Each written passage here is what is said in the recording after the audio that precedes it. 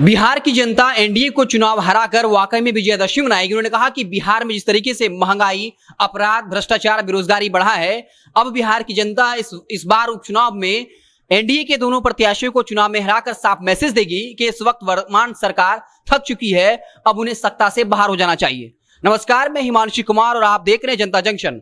तेजस्वी यादव ने ये बातें पत्रकारों से कही ठीक तारापुर निकलने से पहले। बता दें कि आज तेजस्वी यादव बकायदा तारापुर के लिए रवाना हो जाएंगे, 9 बजे पहुंचेंगे और अगले 3 दिनों 17, 18, 19 को तारापुर में कैंप करेंगे।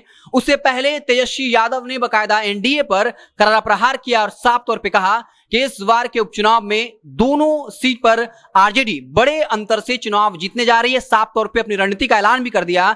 भ्रष्टाचार, अपराध, बेरोजगारी का मुद्दा हावी रहेगा। और आपको 2020 का विधानसभा चुनाव भी याद होगा, जहां एनडीए के नेता बार बार जंगल राज को लेकर, लालू यादव को लेकर तंज करते रहे, लेकिन तेजस्वी यादव इन 3 मुद्दों पे, बुनियादी मुद्दों पे, बेरोजगारी, शिक्षा में भ्रष्टाचार, इसके अलावा अपराध को लेकर लगातार सरकार को घेरते रहे और इसका फायदा भी दिखा। बिहार में आरजेडी सबसे बड़ी पार्टी बनकर आई थी, जबकि उस वक्त भी एनडीए के तमाम नेता जंगल राज को लेकर, लालू यादव के भ्रष्टाचार को लेकर नीतीश कुमार को घेर रहे थे, लेकिन तेजस्वी यादव अपने बुनियादी मुद्दों पर अटिक रहे। और इस बार फिर जब वो तारापुर के लिए निकल रहे हैं, आज 9 बजे पहुंचेंगे, वहां 3 दिनों तक रहेंगे। ठीक उससे पहले तेजस्वी यादव ने बकायदा एनडीए के नेताओं पे बड़ा प्रहार किया और साफ तौर पे कहा कि बिहार की जनता उब चुकी है, परेशान हो चुकी है। भ्रष्टाचार, महंगाई, बिहार जो है वो बेरोजगारी का केंद्र बन गया है।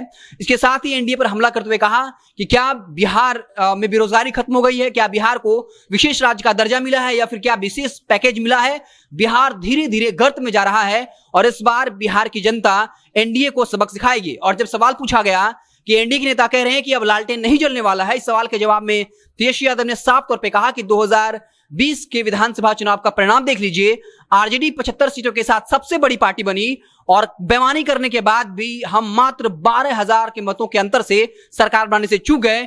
इसके अलावा जब लालू यादव के बारे में सवाल पूछा गया क्या 20 अक्टूबर को लालू यादव आ रहे हैं, तब उन्होंने साफ तौर पे कहा कि लालू यादव आना चाहते हैं, वो इच्छुक हैं, लेकिन ये सब कुछ डॉक्टर की सलाह पर निर्भर करेगा, क्योंकि जब वो आने वाले होंगे उससे 3 दिन पहले डॉक्टर इस बात को लेकर कंफर्म करेंगे कि वाकई में लालू यादव चुनाव प्रचार करने को आएंगे या नहीं। क्योंकि साफ तौर पे कहा कि चुनावी सभा में ज्यादा एनर्जी लगता है, ज्यादा ऊर्जा लगती है, इसलिए उनके स्वास्थ्य को देखते हुए डॉक्टर की सलाह पर वो बिहार आएंगे।